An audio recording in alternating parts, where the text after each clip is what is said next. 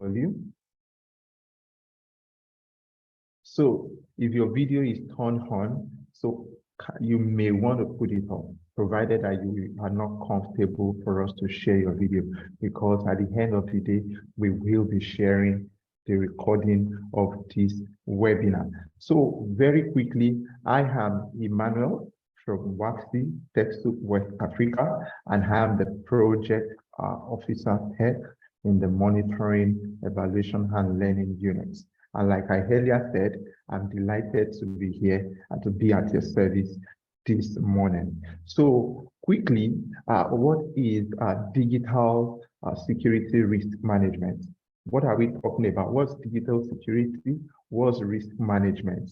What are we talking about?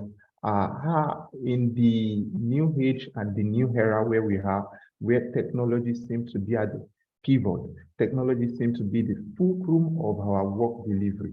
How can we adequately secure ourselves? And how can we mitigate or manage the risk attached or the risk that comes with digital workspace? So these are more of the things we are going to be looking into this morning. And very quickly, I would like to also tell us that we have very solid and well-prepared speaker to take us on this journey today.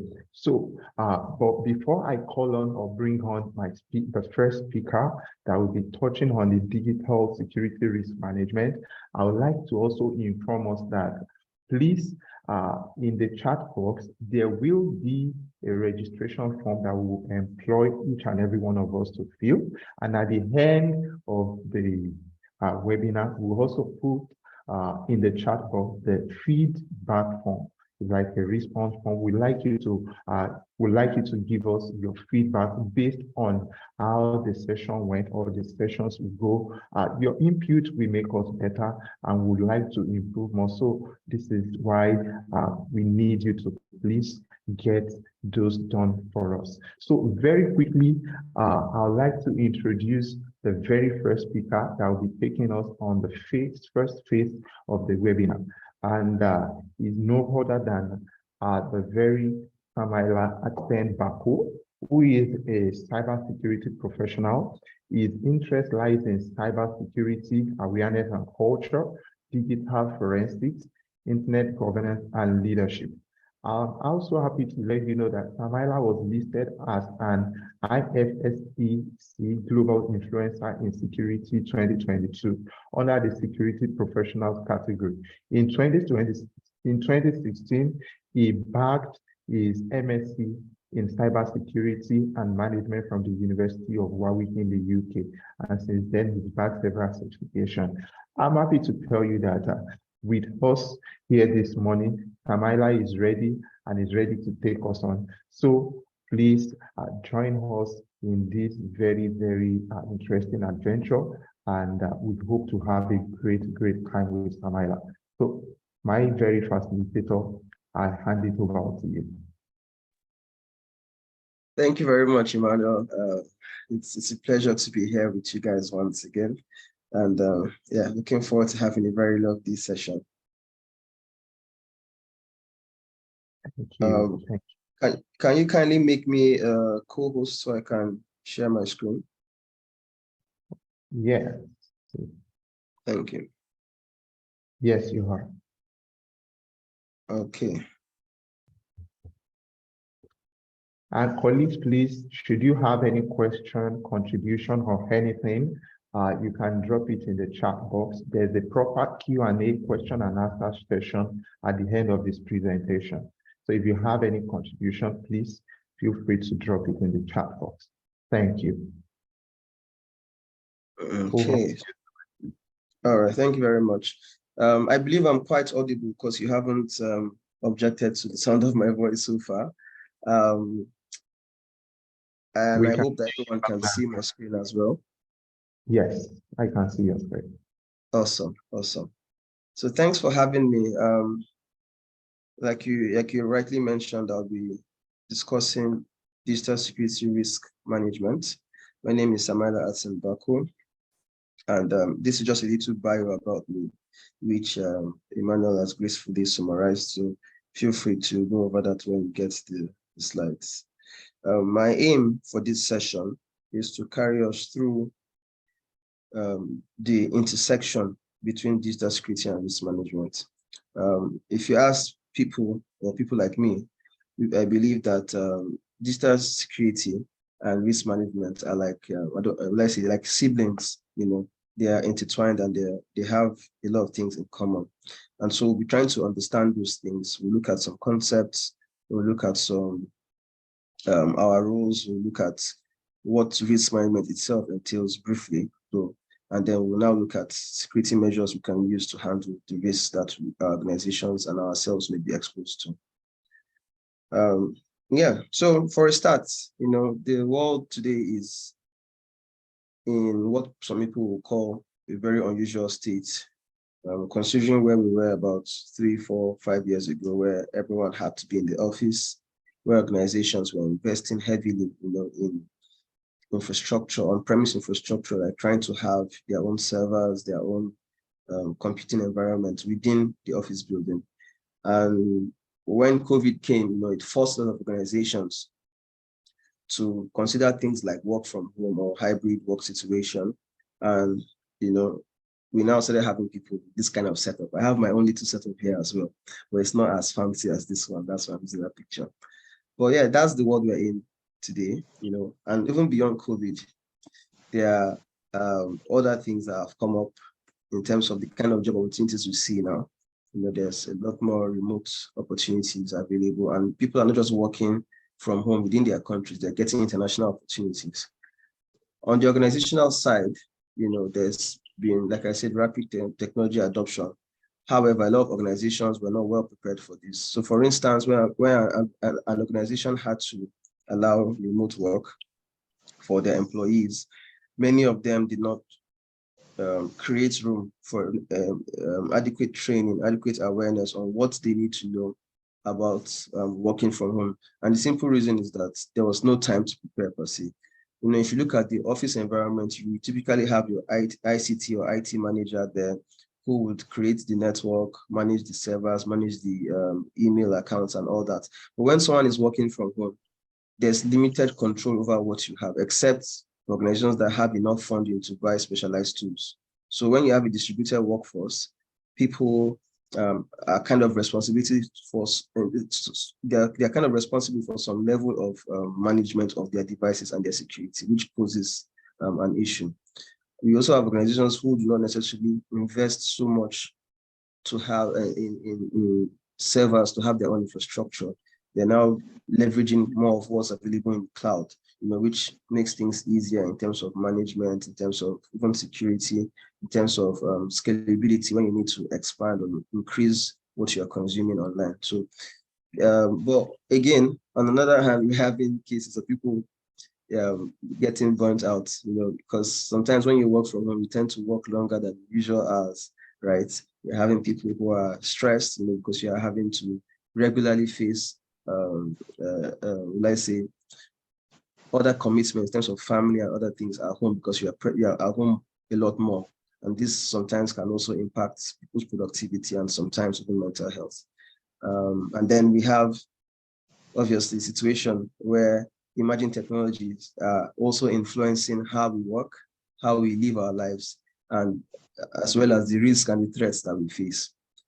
If you've been following recent happenings, with ChatGPT available and generative AI, we've seen where pictures can be created, voices can be imitated, and things like that, which can be used to spread misinformation and other things. So, or to even impersonate people.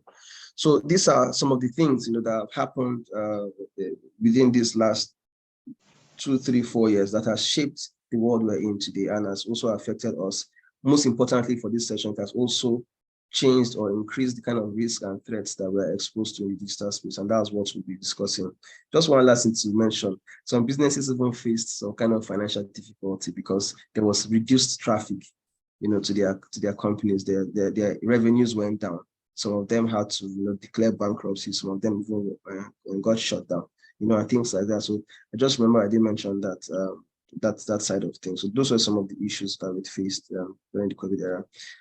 Unfortunately for us, now that, excuse me, now that a lot more people are online, it means that there are a lot more targets for this guy on the screen, in the hoodie as they're usually depicted in most movies. This guy now has many more people who are online who are not necessarily equipped with the right knowledge or skills to protect themselves or the data that they handle. And so, sorry, I'm seeing that someone can't hear. So I'm just going to pause till we're sure. Or can someone else confirm if I'm audible? I can hear you, Samaila. Okay, so I can also hear you. okay, thank you very much. So perhaps the person should maybe disconnect your audio and reconnect, and maybe you should have better luck, or you check if your laptop is on mute. Okay, so yeah, I was just saying that this in quote bad guy in the hoodie is very excited because there are a lot more potential victims for him, right? Many people are now online who are not ready to be online or who have not been trained or equipped to do necessary knowledge or skills to protect themselves online. And so this also goes beyond our personal lives now, even in our organizations, because we're using organizational devices, we're accessing organizational data as well, and we're responsible for keeping those things safe.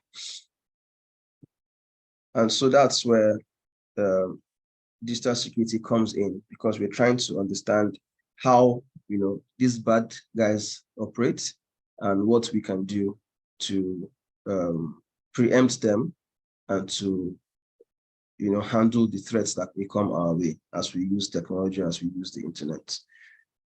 So yeah, just to run us through a few definitions and a few concepts. Digital security, as I have it on the screen, is protecting information assets from tampering, disruption, destruction, and theft. When I say information assets, it's basically anything of value that handles information. So it could be your device, it could be the information itself, a file on your computer, it could be your server, and things like that. So it's basically anything that handles your information. In the world, in the world today, we say that data is the new oil, implying that data is the most valuable assets we have now.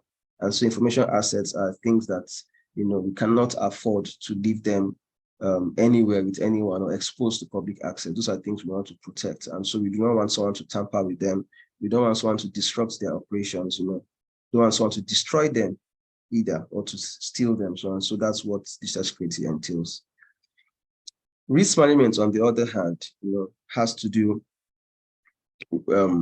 it's more of a process, right? I mean, both are processes, but risk management has to do with understanding what an asset is or an entity is, in a bid to prevent negative events or to reduce the frequency of those negative events happening, as well as reducing the impact. So in risk management, you're considering what can go wrong, how frequently can it go wrong? What is the what is the impact? What is the result or the outcome of that thing going wrong? What's the impact on this entity, this organization, or on this system and things like that? And there are a lot of steps involved. I'll cover it soon, just to highlight what it entails. But like I said earlier, if you ask me, and I'm sure many of my colleagues will agree, digital security is all about risk management. Because in digital security, we're trying to prevent things from going wrong. We want to detect when things are going wrong so that we can correct them and monitor to make sure that the corrective measures we've taken are actually impactful, right? So digital security and risk management, they go hand in hand.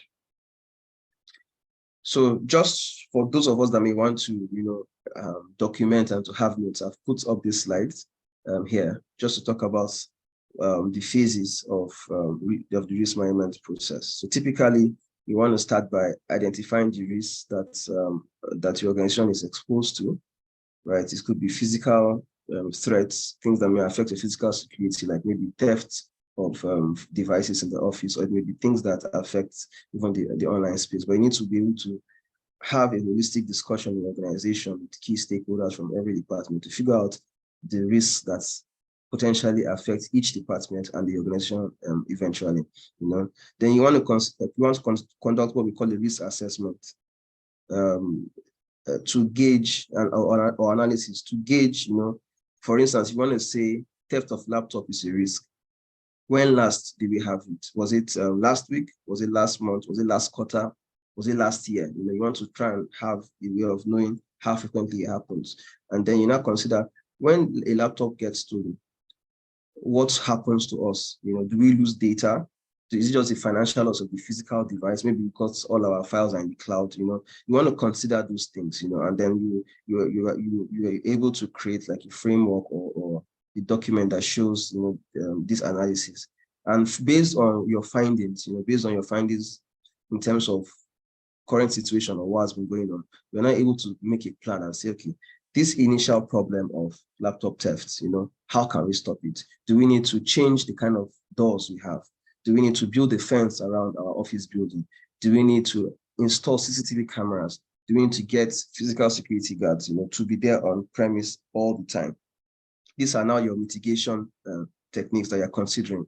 And then you want to monitor over time and see these security guards and CCTV and fence and new door or new gate we've installed. Has it actually served its purpose? Do we now have fewer cases of laptop theft? Do we now have fewer even attempts of the theft as well? So it's not just about successful attempts, as we need to know how many people are even trying in the first place. So you now monitor and see if those measures you've taken are actually impactful. So that's what the process is about. And in terms of mitigation or treatment, there are different steps people can take. Typically, some people want to just go straight and avoid it.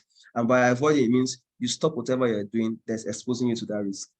So if, for instance, laptop theft is the risk you're exposed to, right? That means maybe you want to stop using laptops. I'm just giving an example. That's trying to avoid the risk entirely.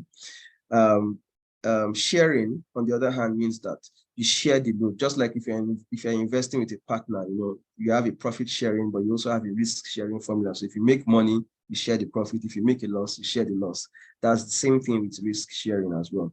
What a lot of organizations tend to do is to leverage insurance companies that will insure their laptops, for instance. So when the laptop gets missing, they can get a replacement if certain terms and conditions are met.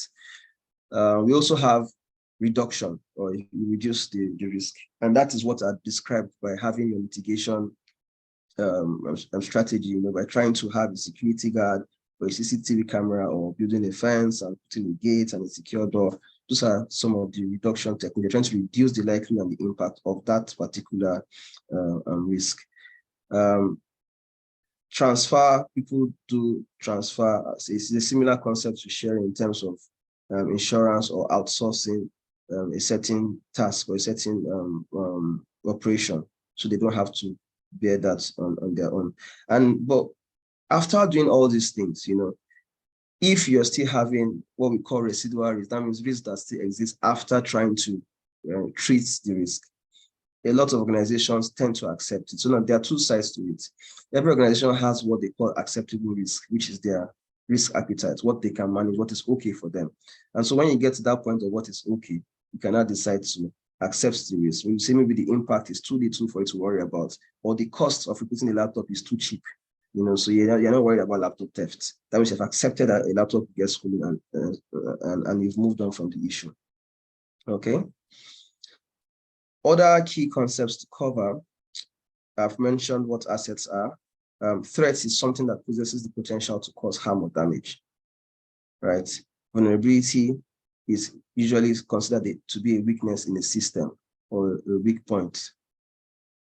Exploit is when it's something that is when you're taking advantage of something. So, for instance, a threat could exploit a vulnerability. So, a threat that is something that can cause harm or damage can take advantage, of a weakness to cause a problem or to pose a risk to us. And then risk is possibility of something negative happening. Controls or security controls are those measures that I said, those corrective measures you take to improve security. Again, you get the slide, so those are just some things I want to mention. Now, in terms of digital security risk, what is our goal? What are we trying to achieve? We're trying to ensure that the confidentiality, integrity, and availability of information or assets are sacrosanct. They are not tampered with. They are kept as they should be. They are upheld, right? Confidentiality implies that information should only be available to those who should have access to it. So only authorized people should have access to the information. If someone tells you a secret, they expect to keep that secret confidentially. That's the same concept. Integrity, on the other hand, implies that information should not be tampered, it should not be unauthorized, it should not be modified by unauthorized people. So if I send you an email, I expect that the email you receive should be exactly what I've sent. Between my laptop and my inbox, my outbox and your inbox, there shouldn't be any change or any difference. Right. So we want to make sure that information remains in the authentic state, devoid of any tampering or manipulation. That's what integrity implies. And availability means that information is available to who it should be available to whenever they need to have access to it, potentially from wherever as well. So when you have a resource on the internet, you want to be able to access it from any country they may find themselves in at any time of the day, even if it's 2 a.m., right? Except certain resources that have been maybe based on their functionality, you set a limit to when people can access them and from where they can access them. But typically, availability means you should be available to who needs to have access to, when they need to have access to it. And because of how the world is going, the world has gone, right? We find out that this CIA keeps getting breached in one way or the other. The CIA meaning confidentiality, integrity, and availability. We see where information for instance, so these are examples from Nigeria. And so for instance, in the case of cyber fraud, we see where information is manipulated, people are deceived, people are impersonated, and if money is stolen from them or they're defrauded. We've seen where organizations are attacked, even government bodies are attacked by maybe hacktivists and other kinds of people. And their goals vary sometimes. But the point is that at one point or the other, we see repeatedly that organizations, even small and medium enterprises and non-profits like yourself, get targeted. Sometimes for the silliest of reasons. Maybe someone is just trying out a new tool. Someone just wants to see how good I've become in hacking. And they just say, oh, let me try this organization. And you guys are doing your job, trying to impact society, impact your community. And all of a sudden, your website goes down or your emails have been hacked, And unfortunately, this is the world we're in. So, it's no longer a matter of if, but a matter of when. Potentially, everybody is a target, and it's not to scare you, but it's to make you aware of the kind of world we live in. People hack for different reasons. It could be sometimes it may just be to embarrass you, but some other times it may be to steal valuable information, like in terms of industrial espionage or steal intellectual property and things like that. So, like I said, there are varied reasons why this happens. So it's not wise to consider yourself too small to be hacked or too irrelevant to be a target. And so when we're trying to reduce, the likelihood of us being a victim, we don't want, so it's normal for attacks to happen. What we don't want is for that attack to be successful, right? And so in a bid to reduce the likelihood of success, we tend to look at security from 3 standpoints. So we look at it from the angle of the people, who may be your staff, maybe third party, or your customers as well, or even your suppliers. We can look at it from the angle of the processes you have in your organization. So the guidelines you have, the rules, the procedures, the steps you take in different operations you do. And we also look at it from the angle of the technology, which could be your tools or your equipment and things like that. If you are able to address security in, let's say, an even manner from these 3 angles, then you stand a good chance of ensuring that everything runs smoothly. I was at a conference yesterday, and one of my leaders in the industry said, he made a comment, and I interpreted it to mean that, there should be a ratio, actually, because of how neglected people and processes have become. A lot of organizations focus on the technology and forget about the people. They forget about the processes. So if you see an organization, that has a lot of devices or infrastructure or assets, let me just use the word assets, to protect, but they end up just hiring maybe 1 person or 2 people to manage all those things, because they are trying to focus more on their core functions or core deliverables and they feel like 1 or 2 people should be enough to manage the devices. So you spend so much on technology, but you're not spending enough on the people. Some organizations don't even train their IT or security guys, or they hire an IT guy who is well-versed in networking or well-versed in software development and expects the person to also know security. It's not magic. It doesn't work that way. So the statement that was made implied that, the ratio should be like 3:1. So now this is not like a best practice or a recommendation from any standard. This is just based on the fact that we typically neglect people and processes. So the idea is that the ratio is you give 3 to people, 2 to process, and 1 to technology, to reverse the gap that has been created by our neglect for people and processes. I hope I've made enough sense in this regard. And so let me break it down a bit briefly. So for the people, there's this popular comment that you hear that people are humans are the weakest link, or people are the weakest link. I'm sure if I ask a few of us may have heard that statement in security. But actually, if that is what you are saying in your organization, then that means you are doing something wrong. What are you doing wrong? You're not educating your people. Your people should be your first line of defense. Why? Your people are usually the entry points. When an attacker or a threat wants to get a hold of your assets, it's through your human assets, it's through your people they come in. How? They send them emails, they try to talk to them on social media, they try to meet them in person at restaurants or on the football pitch or on the golf course. It's the humans that are the usual entry point. And so it makes sense to invest in those humans so that those entry points are ironclad, they are very secure. And so, like I said, your staff should be your first line of defense. If they are trained properly and given the right resources, then they can be your greatest security assets. And usually how humans are exploited, a lot of times, like I said, it could be through what we call social engineering, when people are given believable stories to deceive them, to divulge sensitive information. However, beyond the external threats, sometimes within our organizations, sometimes we may become threats, or we may pose certain risks to organizations. And sometimes it may not be intentionally, it may be as a result of maybe ignorance. Maybe we're not aware of the right policy, we're not aware of the dangers that our actions or inactions may be causing.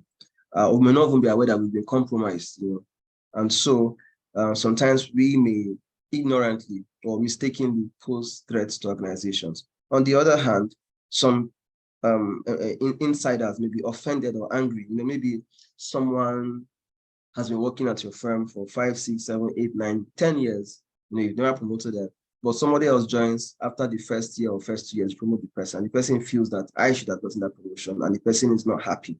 At that point, you are making that employee very susceptible to, their negative thoughts or even inducement from a competitor or someone who wants to ruin your company. And so that makes them very likely to want to engage in industrial espionage or even destruction of your assets, right?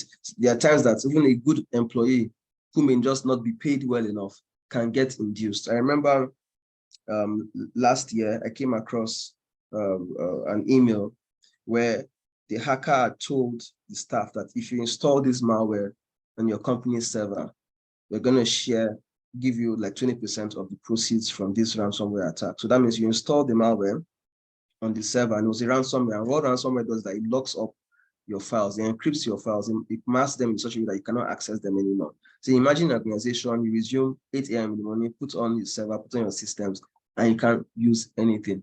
The organization is completely hampered from working, and then they ask you to pay money to get access to that data.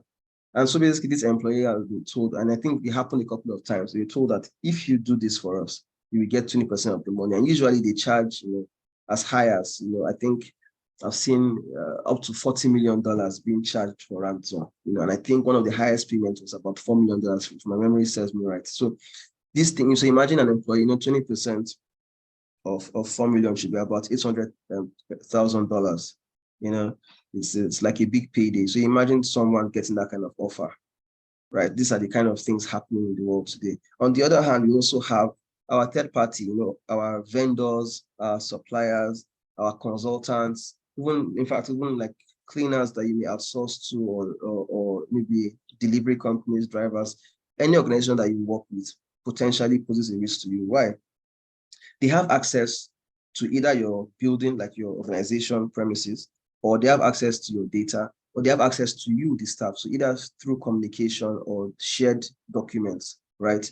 And so if their own practices and processes are not up to your own standard, then they are dropping your level of security. Remember that, it's like a chain. Every part of this moving piece of security needs to adhere to a minimum standard. And so if your partners and your suppliers and vendors, whoever they may be, are not meeting up to that expectation, then they're exposing you to a threat that is coming from their end, right? So you need to make sure that in as much as you are working on your own internal people, you need to make sure that your partners and other third party that you work with are also taking those same precautions to enlighten their people and make sure that their own staff and their own processes do not become a threat to your organization. And so in terms of the people problem in quotes, right? I would say that there's no security without you, right? Implying that we all have a role to play. You can see this image here that has a guy who looks to be like a manager leading from the front. In the security game, management needs to be involved. Management needs to drive it because, if management is not involved, in fact, some employees will not even take it seriously simply because management is not involved.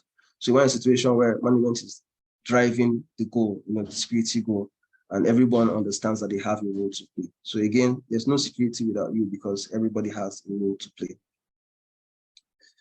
From the technology standpoint, more money simply does not equate to better security.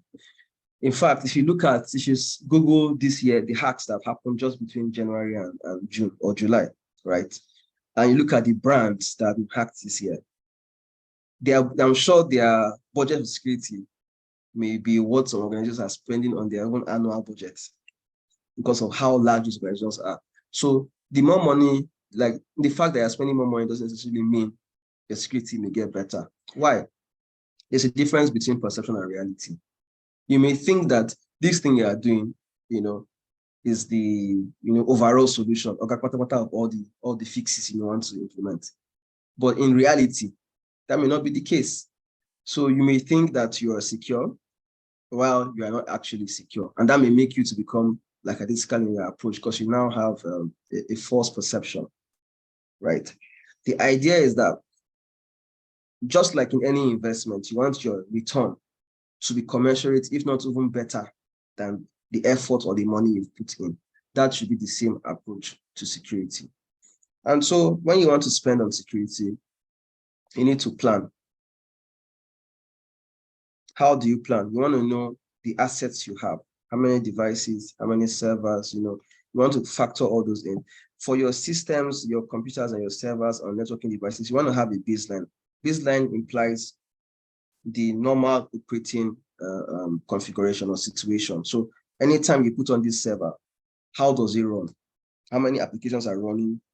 What's the amount of resources being used? How many people are connected to it? What's the bandwidth it needs to perform its function? We want to have just a record of how the system looks on a normal day. Why is that important? So that the day something goes wrong, you can easily spot it because you see that this server used to consume, maybe for instance, 24 gig RAM, but today it's consuming 48 gig RAM or even 32 gig RAM. What has caused that increase in RAM consumption? You investigate and you find that this is the application using up the extra RAM. What is happening to the application, right? Baselining helps you to know when things are out of normal. The other thing is secure configuration. If you buy a device, you don't configure it properly, you might as well not buy the device. For instance, there are many organizations that have, they use AWS and they have their storage buckets in the cloud.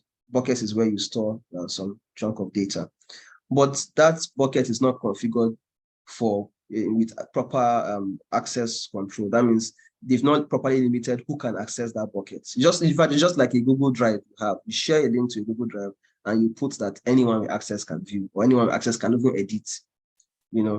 That shouldn't be the case. You've not securely configured access to that resource, to that drive, right? So secure configuration is very important. When you get technology, you must make sure that you configure it with security in mind.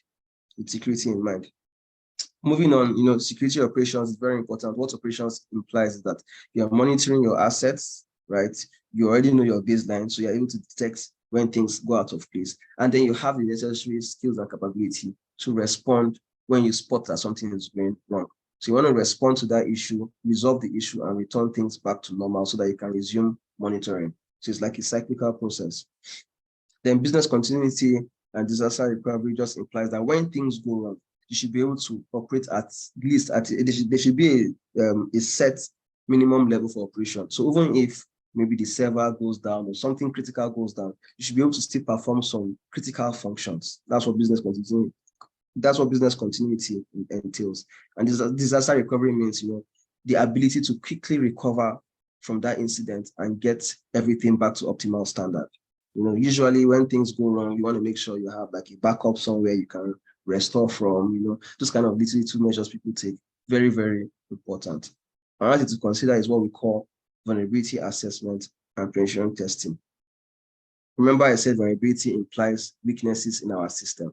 So you want to be able to find out those weaknesses, figure out how to block those, patch or fix those weaknesses so that those weaknesses are not exploited by the threats.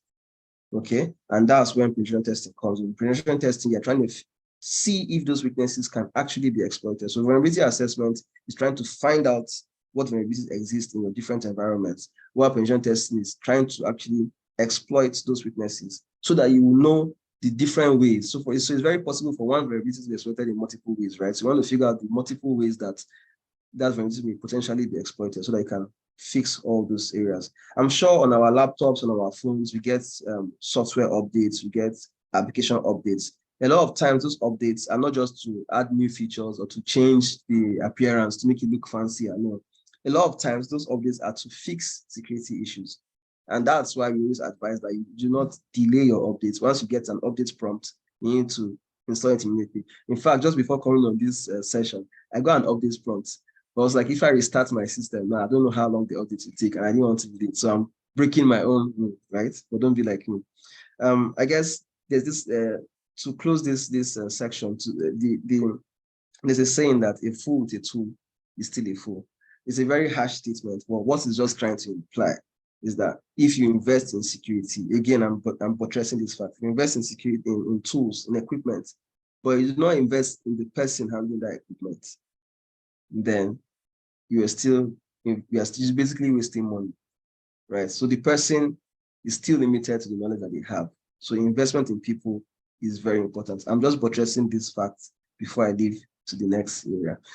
Now, for processes, every organization has the way they do things. There's organizational culture, there are policy documents, I just want to mention some that are relevant to security. I would ask us to take some time to look into some things, and I believe that the second speaker may touch on some of them. The first is the NIST cybersecurity framework and CIS controls. Keep this in mind and try to Google them later. You will see that they have some very simple steps you can take to actually exponentially improve security in your organization. So kindly note those two documents. There's no need to come up with something new when people have done research and provided best practices for us to follow, right? Just to mention, the principle of least privilege implies that someone should only be given enough privilege to do what their job role requires. For instance, if I'm a finance officer and I have a boss who is the finance manager, my job, for instance, will be that I should be able to create maybe a payment request or an invoice, but I shouldn't be able to make the transfer or approve the payment. My boss needs to approve it. Maybe a cashier now needs to make the payment, right? What this means is that you don't want people to be able to do more than their job requires them to do. So if for instance, in terms of viewing a document, right? If I'm working in finance, I shouldn't be able to see employee documents in HR. They're trying to limit the privilege you give people so that those privileges are not abused. Separation of duties now has to do with segregation or like for instance, even the approval levels I mentioned is a way of separating duties so that you are having approval levels, you're having checks and balances in your system. Those are very important for the kind of processes you have in your organization. So consider these things. It's very important to also document your policies. It's not enough that, manager said this or CTO said this. No, it should be a document, and the document should not just be stored, in one cabinet somewhere or somewhere lost in the Google Drive. The document needs to be, one, regularly reviewed and updated. Two, to be up to date with your operations and your situation and the situation in the organization at every point in time. Secondly, your staff must be familiar with it. It's not enough to just send a link and say, okay, go to this link, read that document, these are our policies. No, you must do regular awareness on the policy itself. Because if they understand the policies, they understand the why of the policies, the how of the policies, then they are more likely to do them. They are more likely to remember them as well. So don't just assume that because they know where it is, they will read it. You need to make sure there's awareness, and try to incentivize them to, take advantage of those policies and to actually implement them. The idea is for you to go from just awareness of your policies or of security to a change in behavior, which will lead to a security culture in the organization. Okay. And so, how do we address these things? In security, there's something we call layered security, where you try to use multiple approaches, multiple controls to protect your, to achieve your security goal. And I know I've mentioned the word controls before, right? There are generally three types. There are physical controls, you have to do with physical things like your locks, they protect physical assets. So yeah, mostly things like a security guard or a dog, or even a dog, in your compound. Administrative has to do with like policies, procedures, laws, regulations, those kind of things. While technical controls have to do with your equipment and your tools, maybe like a software you install or a firewall you're using. Okay, these are the different approaches, and we need to use them in a way that they complement each other. Again, it's like a triangle, for it to be complete, you need all three sides to be there. So these are things to keep in mind. In conclusion, as an organization and as we need to start with the basics. Don't say, oh, we don't have the money to invest in security. We don't even know how to do a risk assessment. There's information out there, and the basics are often enough for a start, right? So for instance, you want to just take simple steps of making sure that you are attending these kind of events, right? You want to make sure that you are at the very least having anti-malware solution on your devices. You are training your employees, even the person responsible for security is well trained. Those are some basic steps you can take. For employees, we need to take ownership. So because you have access to company data, you have access to company resources, you are responsible for those things. So everybody has a role to play. So you need to make sure that you are doing your part. How can you do your part? By staying current. You need to make sure that you get updates on what's happening security-wise. What are the new trends in terms of threats? How are people getting hacked these days so that you're also ahead of the game? What are the best practices people are employing so that you start looking into how you can employ them in your organization? And lastly, you want to make sure you're recruiting competent hands. Where you cannot recruit, try to outsource certain tasks so that you are sure that you're not neglecting that function. You're making sure that you're covering all grounds. Okay. And that brings me to the end of my short presentation. Thank you so much for listening.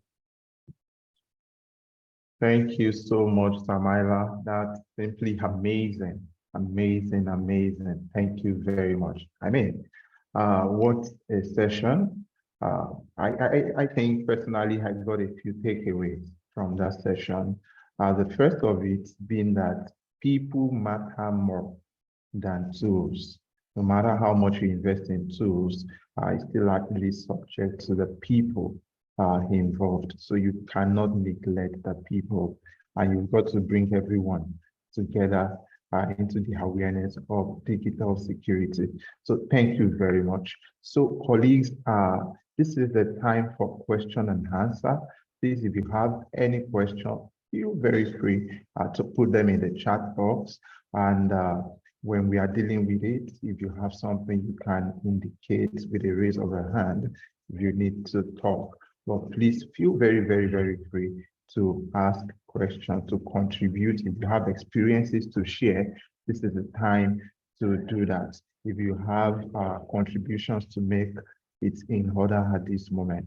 So yeah, Samaila has given us a power session. So please let's contribute, let's engage with respect to the knowledge and the information we have gotten. Thank you.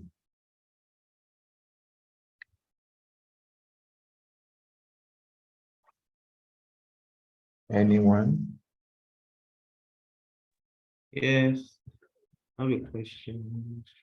Oh, okay, please, you have the floor. Let's have it. Okay. Thank you very much. My name is Mayowa. I work with a non-profit in Nigeria, AC Health Initiative. And one of the things that drew me to a webinar like this is that so just like the facilitator correctly hinted, a lot of NGOs don't have like the capital, a lot of money to hire a lot of staff.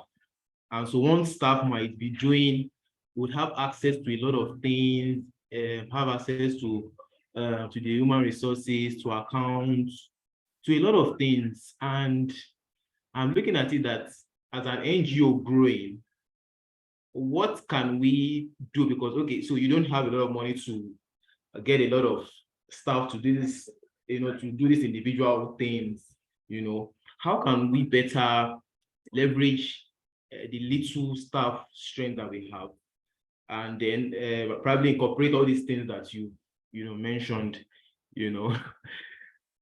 I mean, that's just one thing that just came to mind, and so and the second question I have is on the issue of policy, because you mentioned that we should not just have a policy that is not accessible. Is written there so that anybody can then you are asked that you have a policy for this, then you can respond that, oh yes, we have. But a lot of staff do not have access to these policy documents and do not even know it. I mean, you don't even know if it exists or anything. How can NGOs get their staff to embrace this thing, make it like a lifestyle for the organization, so that's my second question. My first question is, so you have like small staff strength, you don't have a lot of money to hire a lot of people, but then you need to bring in all these digital security measures, to make sure that everything is up to standard. My second question is, how can NGOs better bring their staff to be more aware of these issues of security, with respect to policies, Okay, thank you very much, Mayowa. I will start with the last question about policies. I think I think if you ask me, it's straightforward. There are maybe 2 or 3 things you want to do. At the point of creating the policy, it shouldn't be something that management staff just sit down in an office and draft. Why? Because you would omit certain things that are more relevant to the staff, certain things that affect them. So it's good to get the input of, I don't want to say everyone, but everyone in the organization, basically. We want to be able to have meetings on these things and say, okay, we want to achieve this thing. Or maybe, for instance, we don't want staff to maybe access certain websites in the office. But you have to understand, or you have to find out what websites are relevant for you to do your job. So for instance, you don't want people to be watching YouTube videos in the office, but maybe you have a researcher that actually goes on YouTube to watch certain channels to gain certain information. So what do you want that person to do? That person is going to sneak behind your back and find a way to watch YouTube, right? So we need to learn to not be rigid. So when you draft a policy, like I said, policies must be reviewed regularly to ensure that the policy is still relevant, it's still serving its purpose, and it's not hampering the job. You can't be that rigid. You need to find out who needs, who needs certain access to certain things and grant those exceptions. The simple reason is that if you keep using blanket rules for everyone, certain people will feel like their own functions are being hampered, their needs are not being met or they feel neglected, and those other things have their own repercussions. So the idea is, like I said, is to make sure that you're also raising awareness. How to raise awareness? You can have monthly 1-hour sessions with your staff to go over. You can pick every month, pick a part of the policy and cover it. Maybe today we're looking at internet use, how to use the internet in the office, like what you can do, what you shouldn't do. Tomorrow, the next month can be about maybe how to request for certain information. You know, you just pick out different things in your policy, address one for an hour, just an hour every month. Another way to raise awareness. Then your first question was about money. Your first question was about money. Money problem is a problem for not everybody, but most organizations, right? There's only so much you can recruit. There's only so much. There's only so many slots you can hire because you need to make money. The easiest, not the easiest rather, but the best way to solve this problem is to actually increase your revenue or find a way to increase the profit you have so you have more money to spend, right? But where that's not possible, it just means that you need to pay more attention to those people that are doing multiple roles, those people that are potentially getting overworked. The danger is that when someone is overworked or overstressed or wearing too many hats, in the office, they are likely to make mistakes or likely to neglect one role or one task. So it's important to look out for those kinds of things and make sure that you are addressing, you're giving them enough attention, enough training, making them feel like a valued member of the organization. On the other hand, again, I believe that we are mostly in Africa and mostly in West Africa, right? So it's possible to find people who are at the start of their career who may not be so keen on the money side of things, who are willing to just gain basic knowledge and just get a job. So we need to leverage those kind of people who are less likely to demand for a lot of money and start with those people. But again, you must make sure that you are grooming them and training them, because if you get people that are, in quotes, cheaper, it also means that they may not have enough knowledge or they may not be as skilled. That's usually what's the word? That's usually the trade, right? You're sacrificing the expertise for the salary. So again, it's now important to make sure you're training that person and equipping the person to do their job well. I hope I've addressed everything. I think lastly is the question on the chat. You mentioned outsourcing when there's no power to hire. How can one be sure that the attack doesn't come from that source? Yeah, usually before you outsource something to a company, you need to do your research on the company. You need to make sure whoever you're partnering with is who they say they are, and they're not some scammer, or someone who's incompetent. So you must do your research. You look for referrals, reach out to the people that they claim they have worked for, and find out, how was the service, were they able to deliver, what were the issues, so that you do your research on them before you hire them. Definitely, I mentioned, when discussing insider threats, I mentioned third party.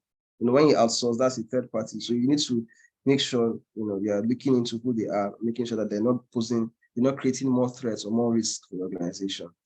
So that's, I think that's what I have to say on that matter. I believe those are the only questions I've seen. So I think I can yield the floor back to Emmanuel.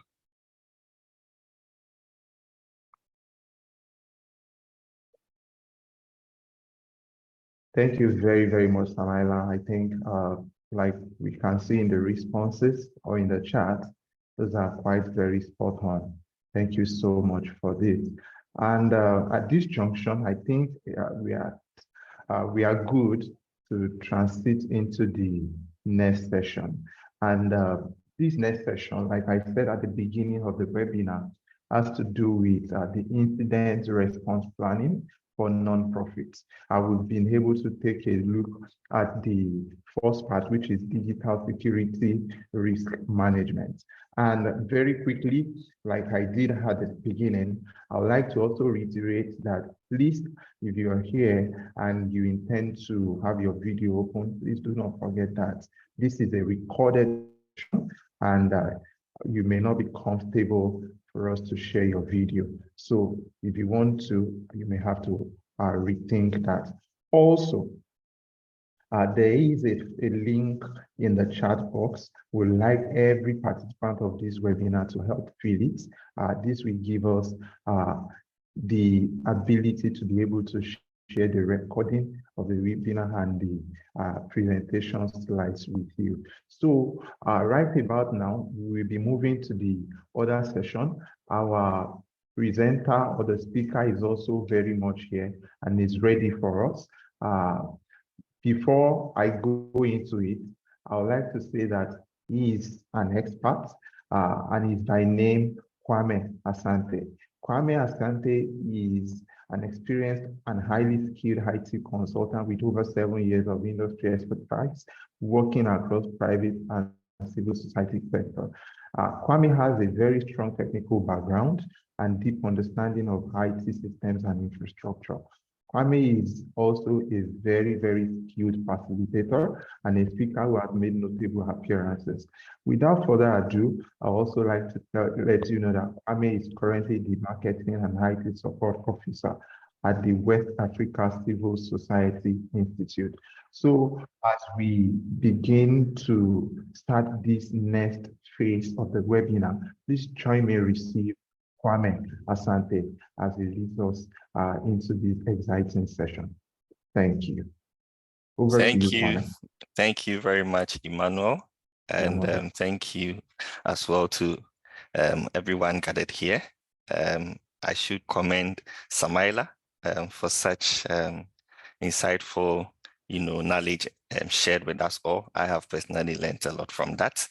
And picking up from where he started, I am going to also speak about some response mechanisms we can employ when we, suffer digital security incidents or attacks.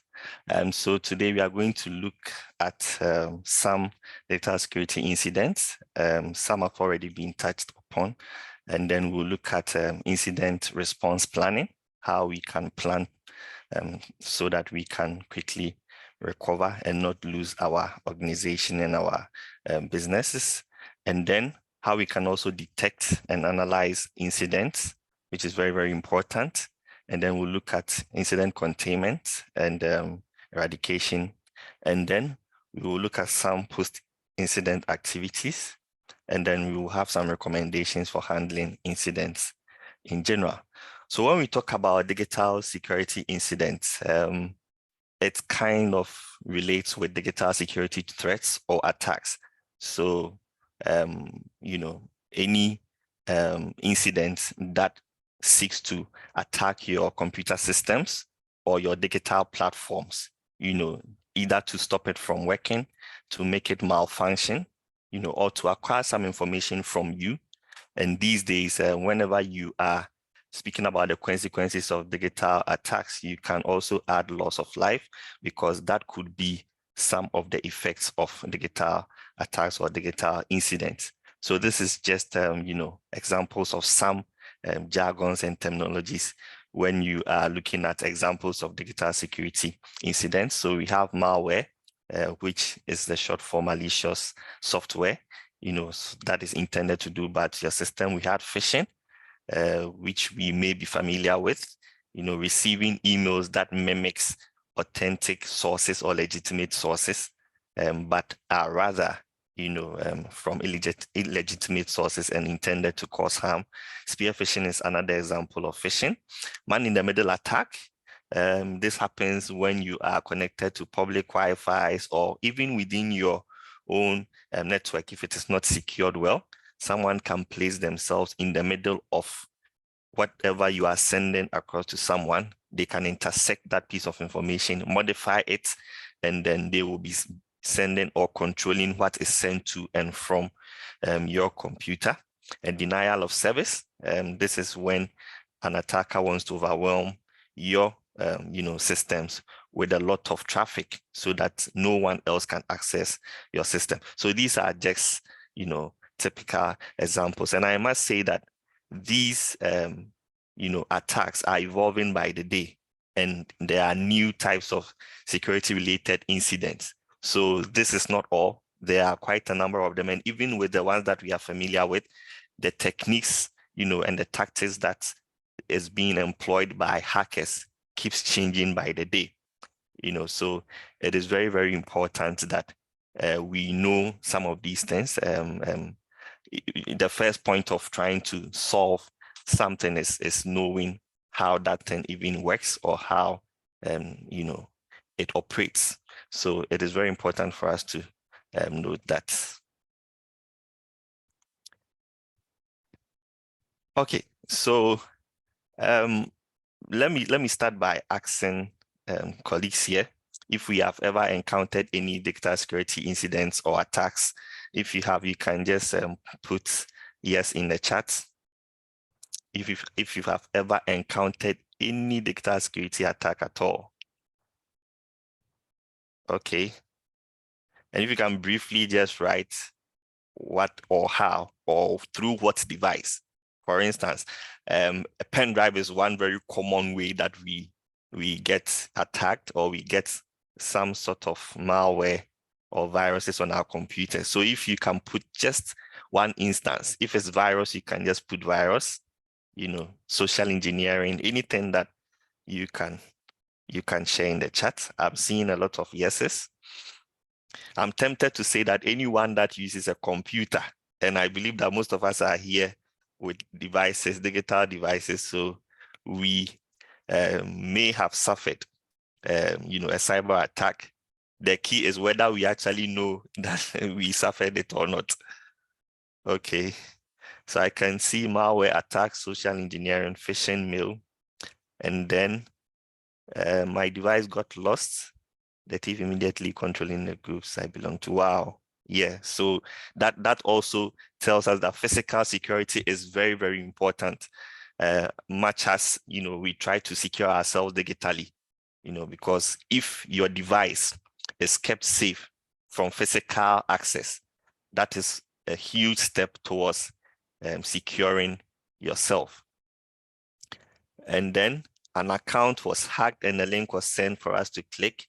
The tone was fishy, so I called to confirm, and that saved me. Very, very good point. Pardon me, let me just disable muting of mics by participants so we do not have any interaction. We will open it during the Q&A session.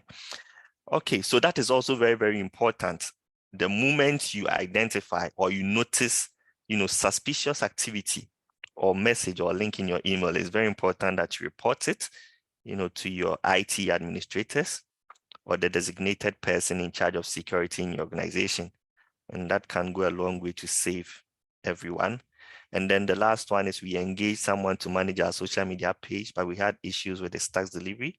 Since he has our passwords, he changed the password to accounts and email. Wow.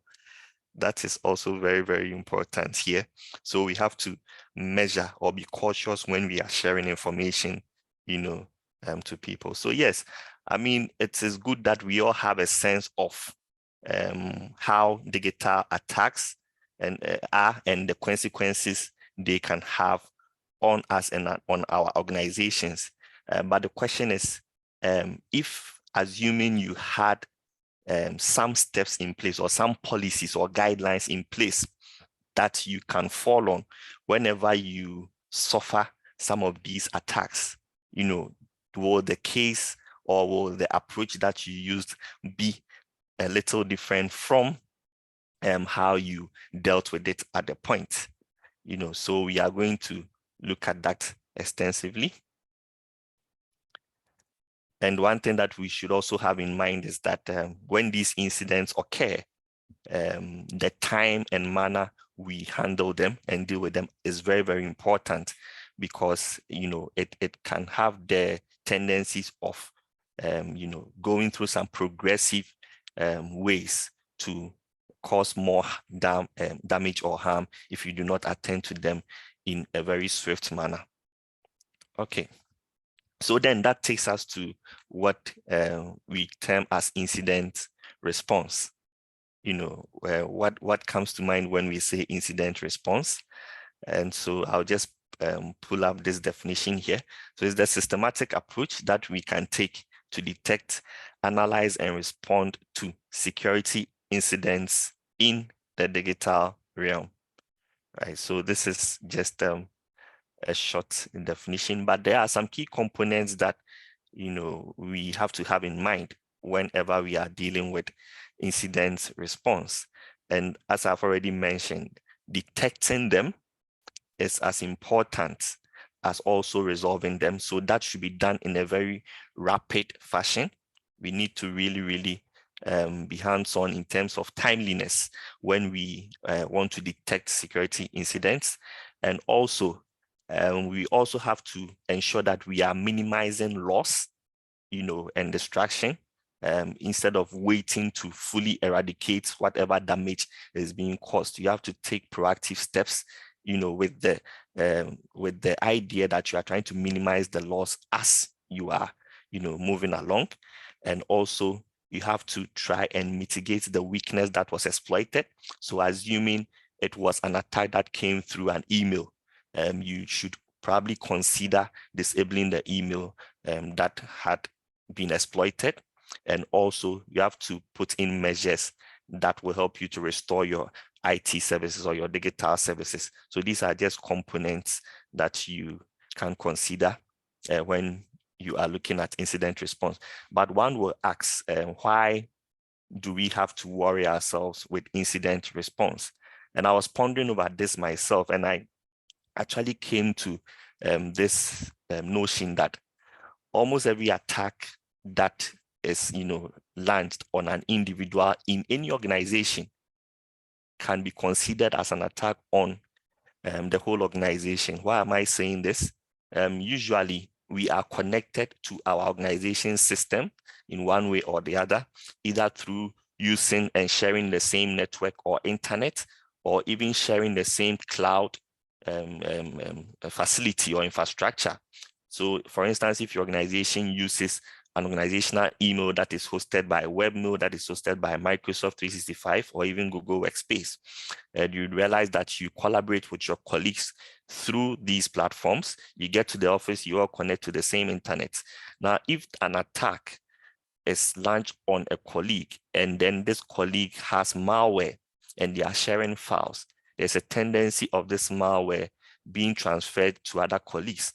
And if this malware is supposed to gather information, for instance, then information in this case is not only being maliciously gathered from one colleague, but from several other colleagues that may have received this malware. So it is a very important key. And like the saying goes, we are only as strong as our weakest link.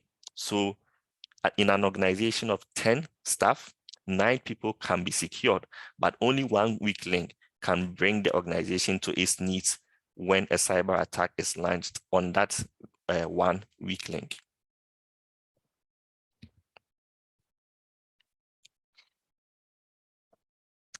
Okay, so some other benefits of incident response is that it helps us to minimize cost, because if you have the structures and policies in place to, you know, to respond to incidents, it will help you to reduce the damage that is being caused and thereby help you to reduce the cost that, you know, will be involved to restore your system.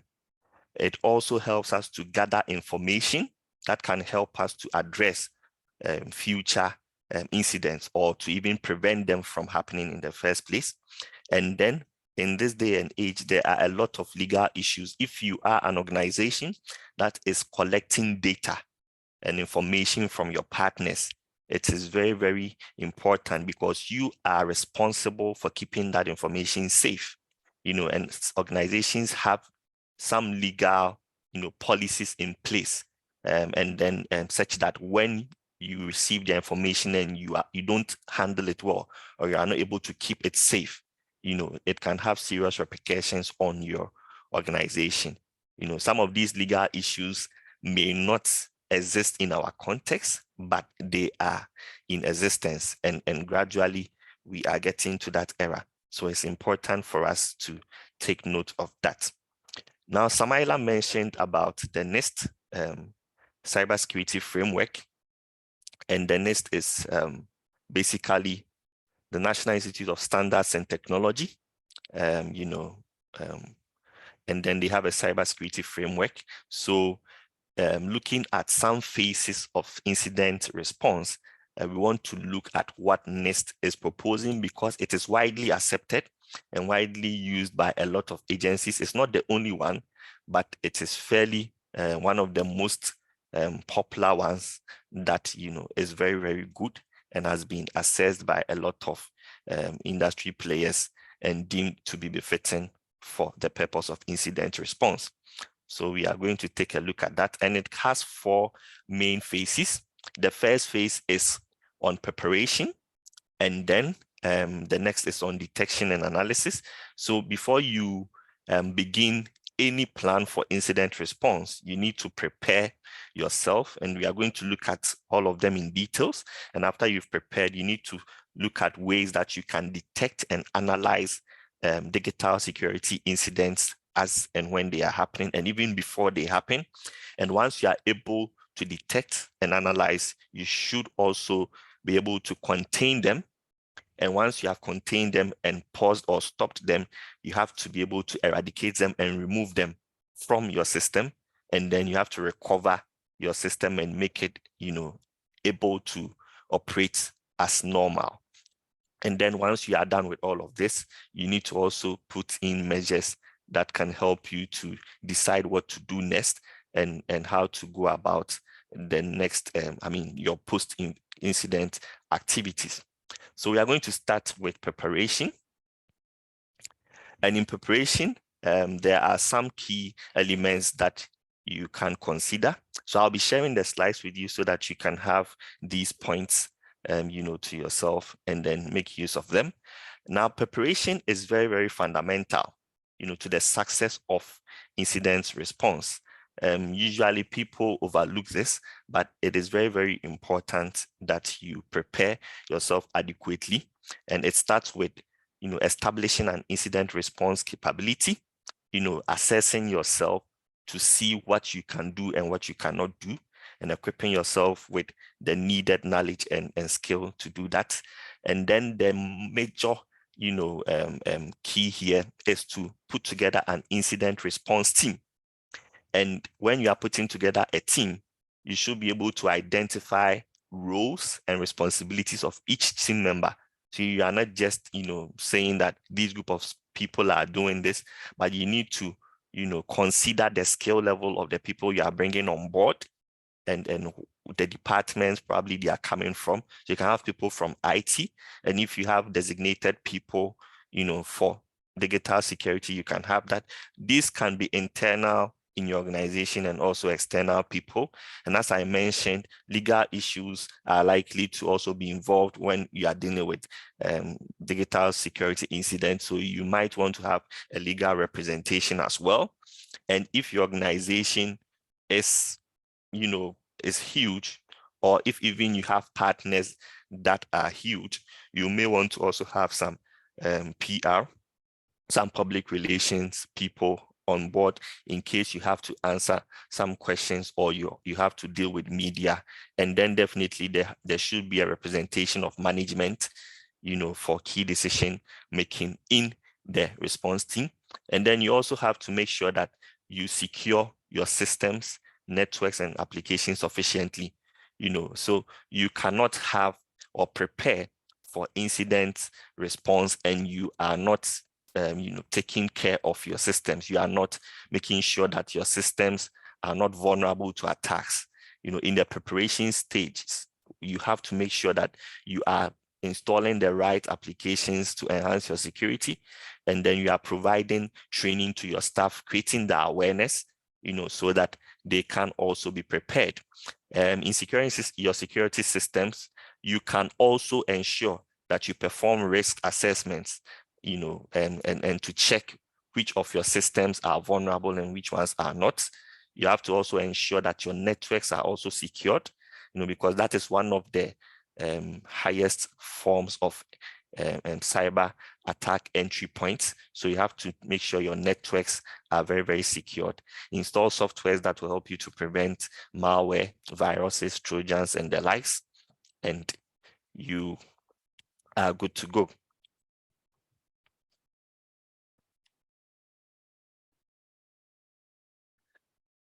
Okay, so we are also going to look at some of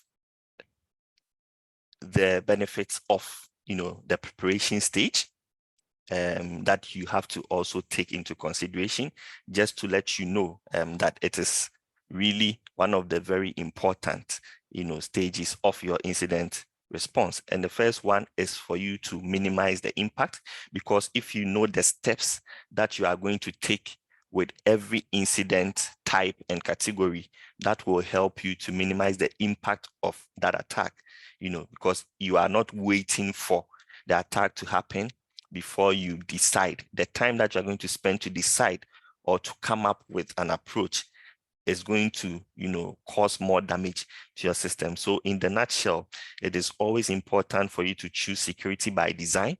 When you are designing your systems, when you are, acquiring your system, setting up your IT infrastructure, you should install or integrate security at the design stage or at the implementation stages of your digital systems. And it also helps you to recover, really quickly, because in your incident response planning and preparation, you will set aside systems that you will fall onto, backups that you would use in the event of a cyber attack or a cyber incident. So if you have those measures in place and you happen to lose your system, you can quickly go to the backup and recover quickly. And it also helps us, to get consistency and some standardization with regards to measures and steps that we take in addressing, cyber incidents. Because whenever these happen, you know that there are some guidelines that you can go into your preparation and your planning and then follow. And this helps you to be consistent in your approach, and then it also gives you the people that you are to go to for what, with the clear roles and responsibilities that you have formed within your team.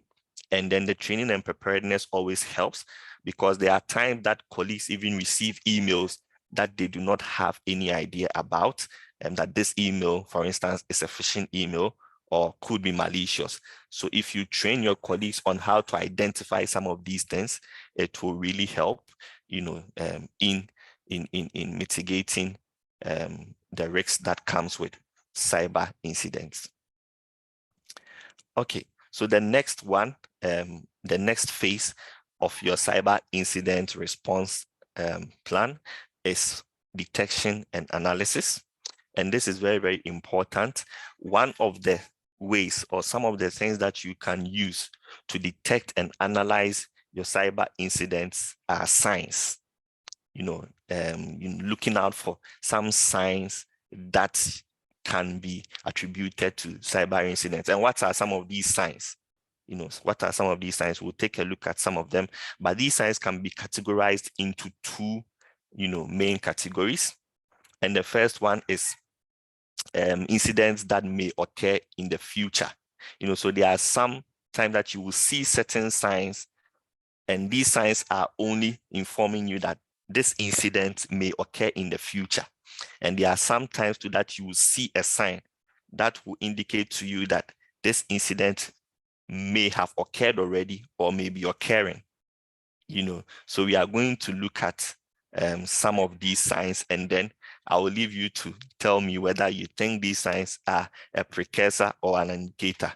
So quickly, a precursor sign is going to indicate to you that the sign may occur in the future. So it's a pre, right? It's a precursor. And then an indicator sign is going to show you that the sign, the incident may have occurred or may be occurring now, right? So it is also important to know that there are times that you may assume that you have seen a sign, but depending on how you analyze the sign, it may be a false positive. It may not necessarily be an intrusion detection or, an attack detection. So that is also something that we should look at. So yes, let's quiz ourselves a bit. So I'll put a sign there, and you can tell me whether it's a precursor or an indicator. Okay, so if we are okay with that, we will put it in the chat. Okay, so the first one is an alert from your mail service provider of a new threat or vulnerability. Is this a precursor or an indicator? Kindly put it in the chat.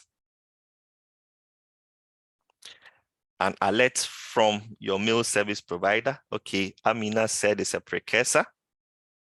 Okay, I have another precursor. Oh, so there is one indicator and a lot of precursors. Okay, so yes, so an alert from your mail service provider of a new threat or vulnerability may inform you that this new threat or vulnerability could harm your system. So it's telling you of something that can occur.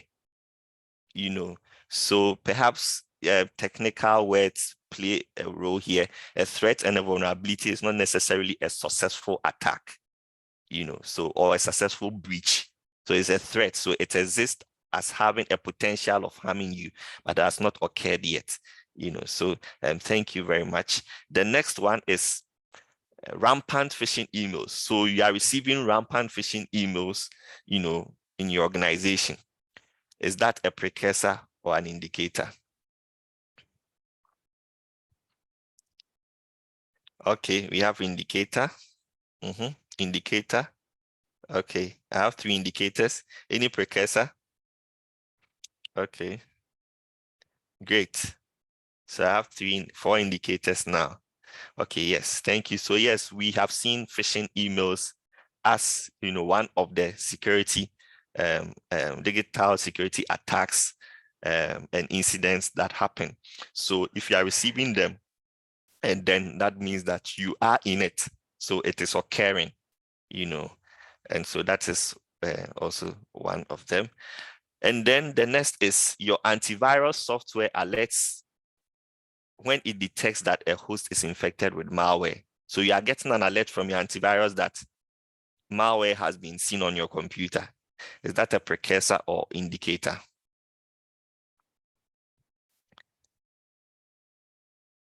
Okay. Indicator. Yes. Great. So we get it. And then if you see a file name on your computer with unusual characters, indicator or precursor?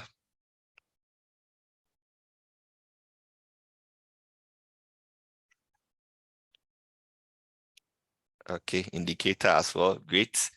And then strange 2-factor authentication alerts. So you are there, you have 2-factor authentication on your email, and then you receive an email that a sign-in on your computer, should you allow, 2-factor. Meanwhile, you are not trying to log into your system. Okay, so I see precursor, 2 of them. Any objection? Okay. Okay, great. Yes, so it's only telling you of an attack that is about to happen. And so you can deal with it. And then the last 2 I'm going to show is quite technical, but let's see about it. So an email administrator sees a large number of bounced emails with suspicious content. A precursor. Okay. Bolaji says a precursor. Amina said it's a precursor as well. Any more precursors?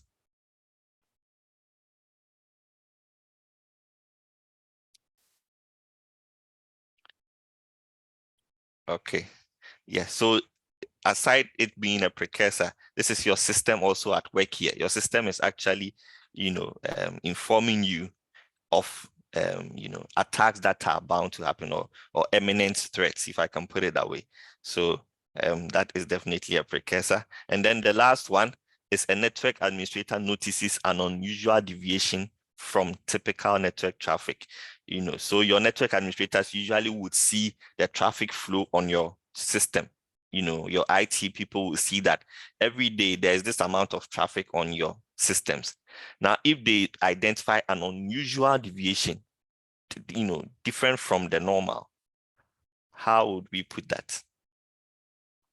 Indicator. Exactly. Yeah. So thank you very much. So these are some of the signs, that will help you to know. And sometimes these signs occur right in front of us, but we may not even see them. But the key here is for us to report them to our IT guys.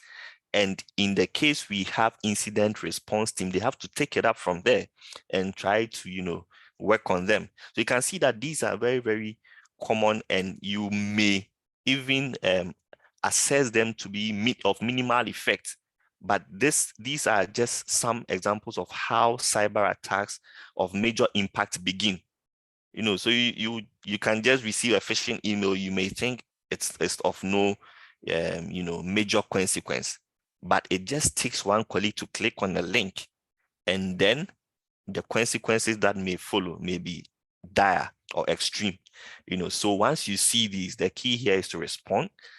To report it to your IT team or your incident response team, and then they can definitely, take it up from there. Okay.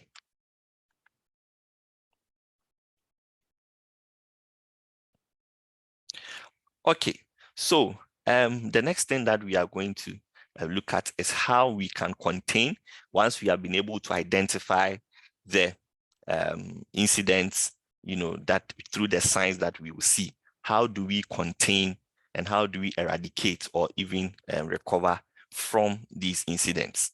Now, containment is very important, because once you're able to identify, then you need to pause, or you need to put a stop to the attack or to the incident. And you can only do this by containing it, but before you can contain, there needs to be that decision-making element. That is why it's important to include, as part of your team, people that can, help you make that decision, with regards to putting a stop to or containing a particular cyber incident. Now, some of the containment strategies you can use is decide whether you want to even shut down the system or disconnect the affected systems or the affected devices from your network, or probably disable certain functionalities in your system entirely. But in case you need to shut down a system like that, that it definitely needs to go up the ladder chain. And then containment strategies may also vary based on the type of incident, because if, for instance, you are affected by a malware or a virus, the containment strategy that are going to adopt will be different from if you are affected by a denial of service attack, for instance. So you have to have or define the strategies and the procedures that you need to, employ, or that you need to take when you are dealing with a cyber incident and trying to contain it. So you need to get that done. In choosing a containment strategy, there are some factors that you need to consider. So I'll just go over them for the sake of time so that we can move on. You need to consider the potential damage to your resources, or the potential theft of resources that has occurred. You need to also preserve the evidence, whether there is the need for that. You need to actually analyze whether evidence needs to be preserved. Because if you have had an attack and your solution or your containment decision is to delete everything off your system, you may not be able to track or have a footprint of whoever is attacking you or how they did it in the first place. So if there's the need to preserve that evidence to inform future decisions, then you need to consider that as part of your strategy. And there are some times that if you are providing a service, for instance, and you cannot afford to have your service unavailable to your clients or to your constituents, then you need to also have a strategy in place to address that. The time and resources needed to implement the strategy is also something a factor that you need to consider. And then you need to also analyze the effectiveness of your strategy and the duration of your solution. So if a duration is going to take a long time, if a strategy is going to take a long time to implement, you may want to, put in measures, that will address preliminary stages of your solution so that you wouldn't be found wanting. And so that is that way containment. Now, after you have contained the threat or the incident, then you can move on to how you can eradicate it and then recover it. And in eradication, you are talking about processes like deleting malware when you have detected that this is what happened to my system, and you have been able to contain it, probably stopped it from affecting more systems or more devices. What do you do with the malware? You have quarantined it, as we know our antiviruses can do, but do you delete it completely? Do you consider disabling breached accounts because of the mere fact that it is known to hackers? If a hacker hacks an email or sends a phishing attack to a particular email and they keep sending, do you consider disabling that email account totally, so that in future you do not receive any attacks? So these are some eradication mechanisms that you can also use. So it is important to identify all hosts within the organization so that they can be remediated. So hosts are any component of your organization that has some sort of resources that they are using. So if you can identify those that are affected, if it's a computer, if it's a phone, if it's an email account, if it's a cloud account, and they are affected, it's important for you to identify the affected ones, and then you can decide how to deal with them. In recovery, we restore systems to normal operation, so that we can have business continuity, as Smiler said at the beginning. And it's very important that you do that, because once you have a cyber incident, that does not mean your business should also go offline for a longer period.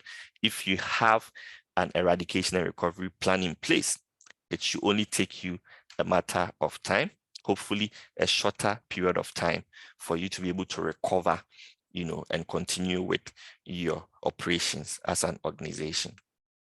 Now, after you have gone through containment, eradication, and recovery, that means that your organization is back to normal. You are continuing with business as usual. Your operations are back, but what do you do with everything that you have gone through, the information that you have gathered? What do you do after you have recovered fully from a cyber incident? And the first thing is for us to,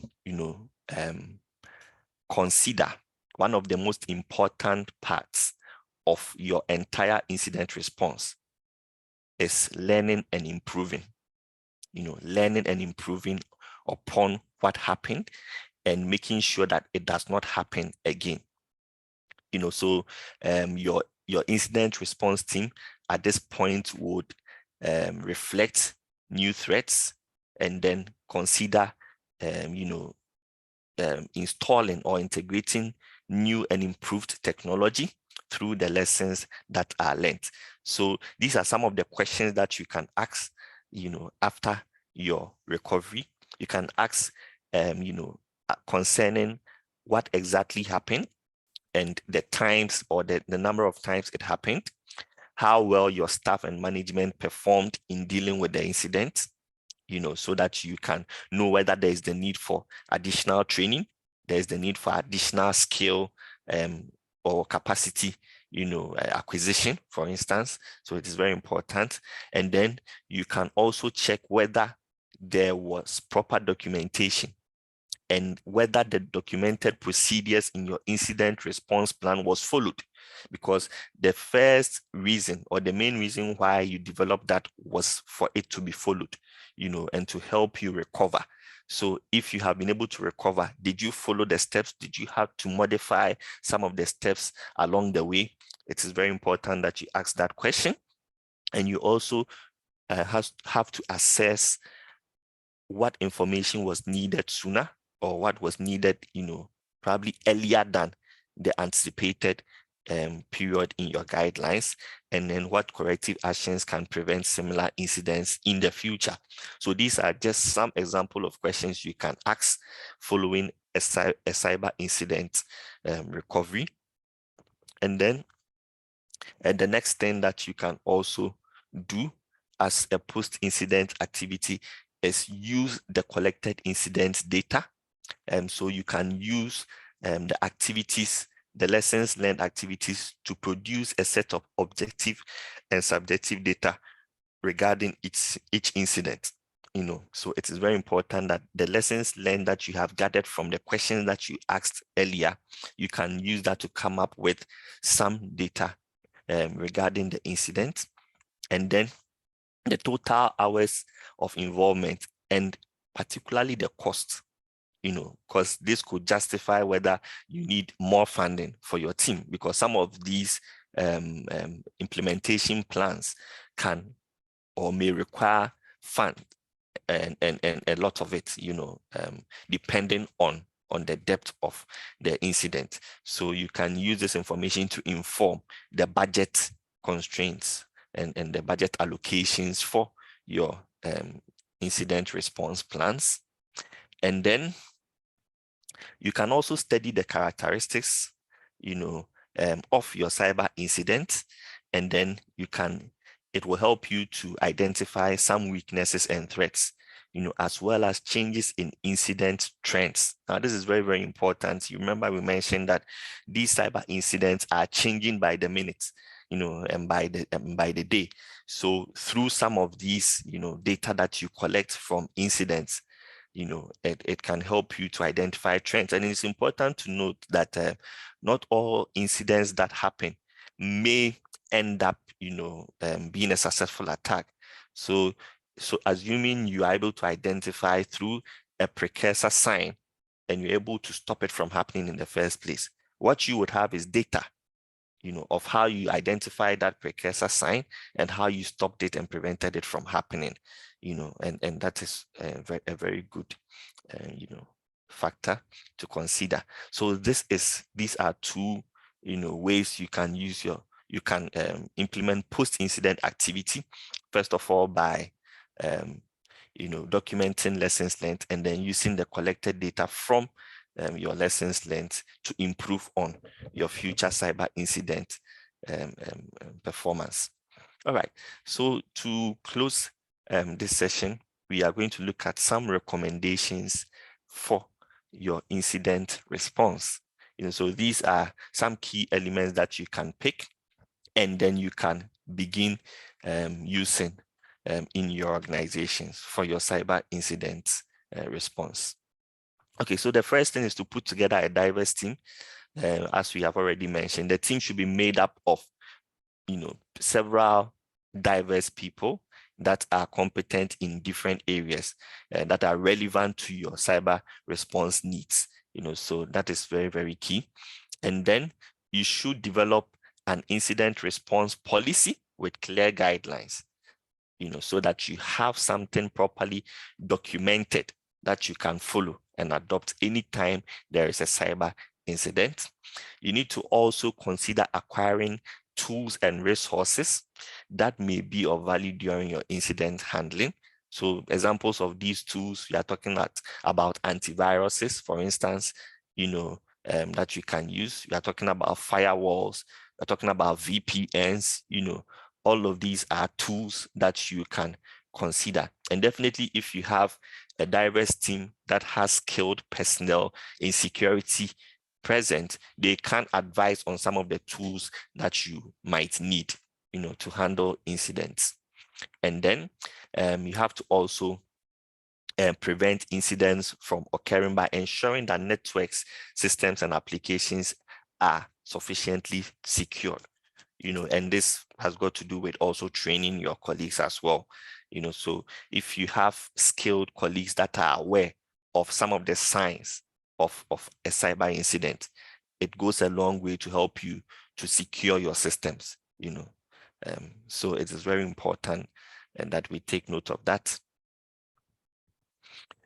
We also have to hold lessons learned meetings after major incidents. So if you go through any cyber incident, you need to have that meeting about the lessons that the team has learned throughout the period.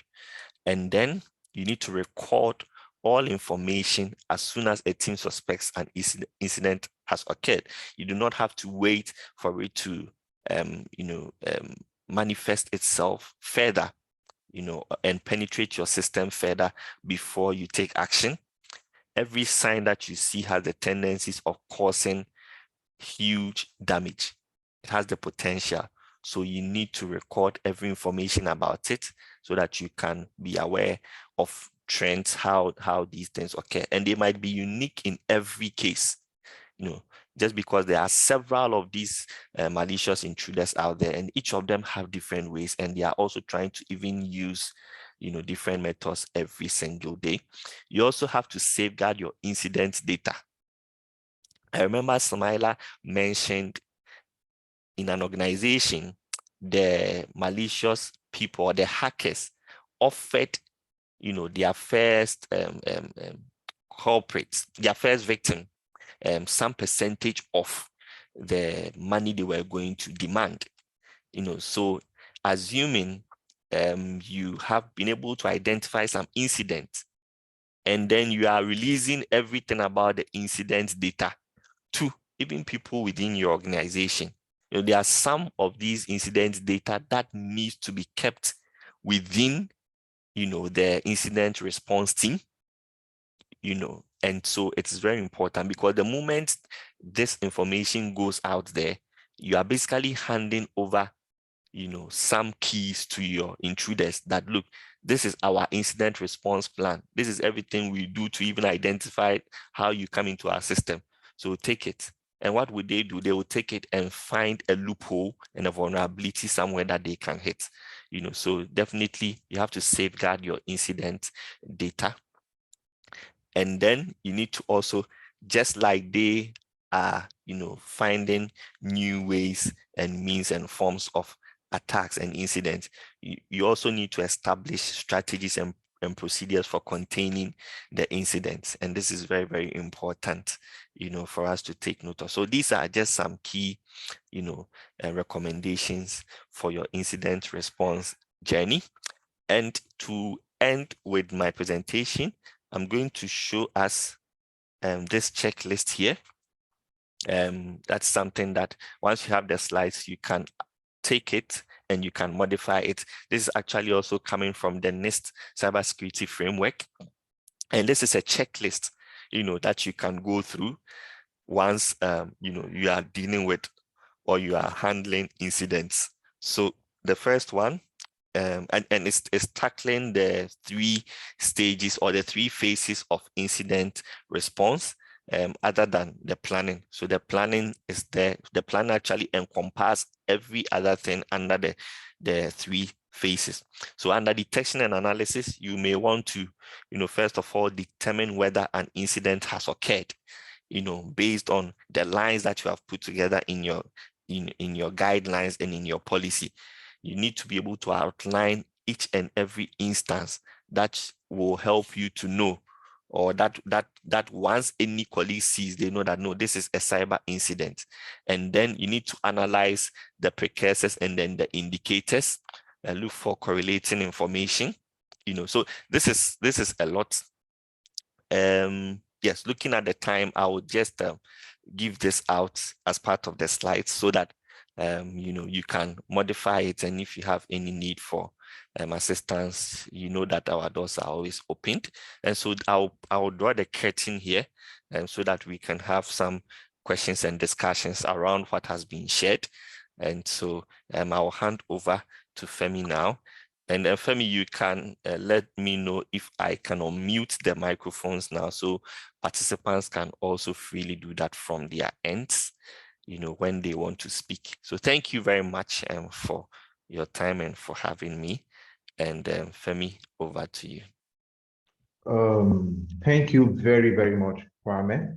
Man, I mean, that's such an insightful session, and it's been a wonderful journey. Having to learn about the different phases, the planning, detection and analysis, containment, and post-incident. I mean, like Samaila said earlier, there's no way we can totally avoid these digital breaches, digital attacks. But what we need to do is to ensure that we are proactive and we are ready to combat them and contain them in our respective workplaces. So thank you so much, Kwame, for this beautiful, beautiful presentation. So right about now, We'll be going to entertain questions from the participants.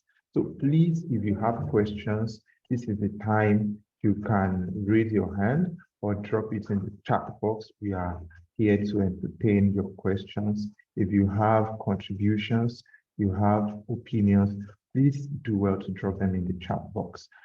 This is about the time. But it's also good for me to mention one more time, if you are here and you've not been able to help fill the registration form, kindly do so. We are going to share the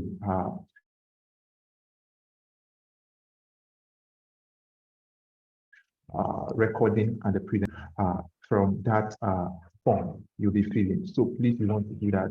And shortly, a colleague of mine will also be dropping the feedback form. We really want to know how we fared, how this session works, how you've learned and the things you've learned, and also to help us improve on our processes going forward. We want to hear from you. So please kindly help fill the feedback form. And while we wait for questions, looks like there are no questions coming. Is there any question or anyone who has experiences to share with regards to what my colleague has just presented to us? Any experience, any question, any contribution? We are happy to receive them and attend to them. We are waiting. So while we wait, okay, like there's someone who is ready to. Yeah, sorry. Yes. I was trying to locate where the raise hand feature is here, but then I mean, so since I'm unmuted already, so I wanted to know, I mean, you mentioned a lot about us, stepping down this, sort of training. So, and like the first thing that came to me is that so this is my first webinar, that's specifically talks about digital security. If what can we do to like properly disseminate this kind of information to like a wider audience? Say perhaps if I want to step down this sort of training, can I get like a support from this association, from WACSI, to help with training our staff, something like that? Does WACSI do this, offers trainings to organizations? Okay. Femi, do you want me to take that? Yeah, okay, go ahead, Kwame. Okay. Thank you very much for the question. Yes, so at WACSI and TechSoup West Africa, we organize such events, and trainings and webinars on digital security, but also on other topics with regards to digital literacy and digital training in general. And so far as you are part of our contact database, you would be receiving them. There are some that we do online, but even this year, for instance, we have also done some physical trainings on digital security that were more in-depth. That span for about 3 days, continuous training on digital safety and security. I think very soon we are also about to embark on similar interventions, in some other countries, including Nigeria. So most of the trainings that we've had in digital security online are available, on our YouTube channel, but we are happy to share the links with you.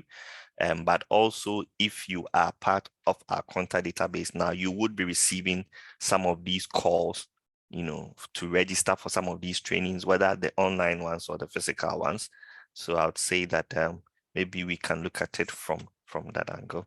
But if there is also the need for custom trainings, in terms of partnering with us to deliver any form of training, again, both whether it being physical or virtual, we are also open for such, discussions. We can definitely schedule a call about that, and then we can pick it up from there.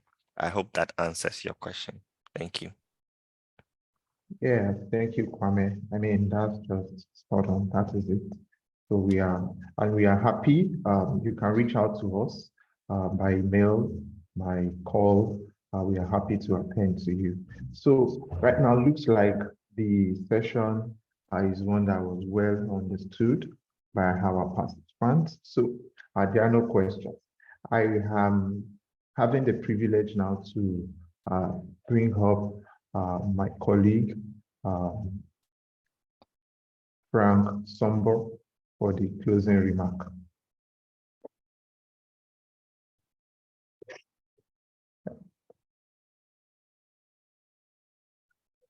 So while we wait for Frank, I just really want to appreciate Kwame one more time.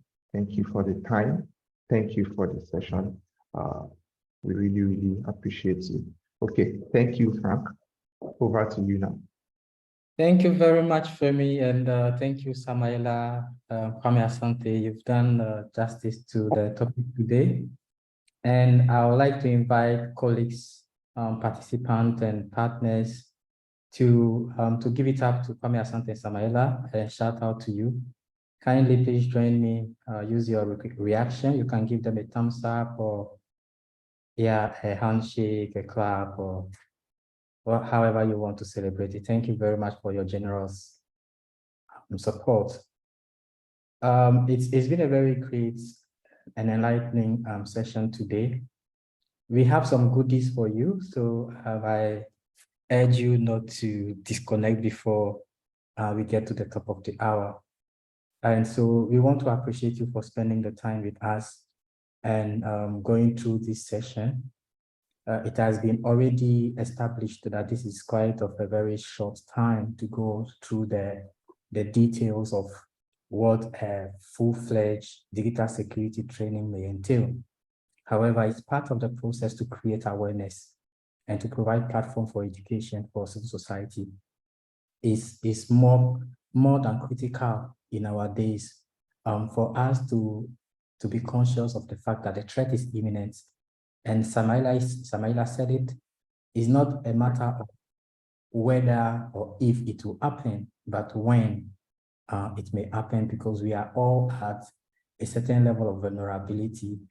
Kwame Asante did not mention it during the presentation because he was really well focused on delivering content with a lot of technical words. I like the session. It was quite loaded and packed with very interesting submissions. But we ourselves have also been target of attacks, starting from our websites, sometimes unwanted content also on our social media platform. We have been Zoom bombed in a few occasions, and we had to take proactive measures to respond. And even spams and other type of phishing emails that we receive. So each and every one of us in our various ways have been a victim, and sometimes you may not anticipate how that happens. That is why it's very important that the awareness goes beyond those of us in this session. This is not a technical session for people who have enlisted for certification in digital security. This is a session to create awareness and for us to realize that it's a matter of all of us or none of us. It's not a matter of a few.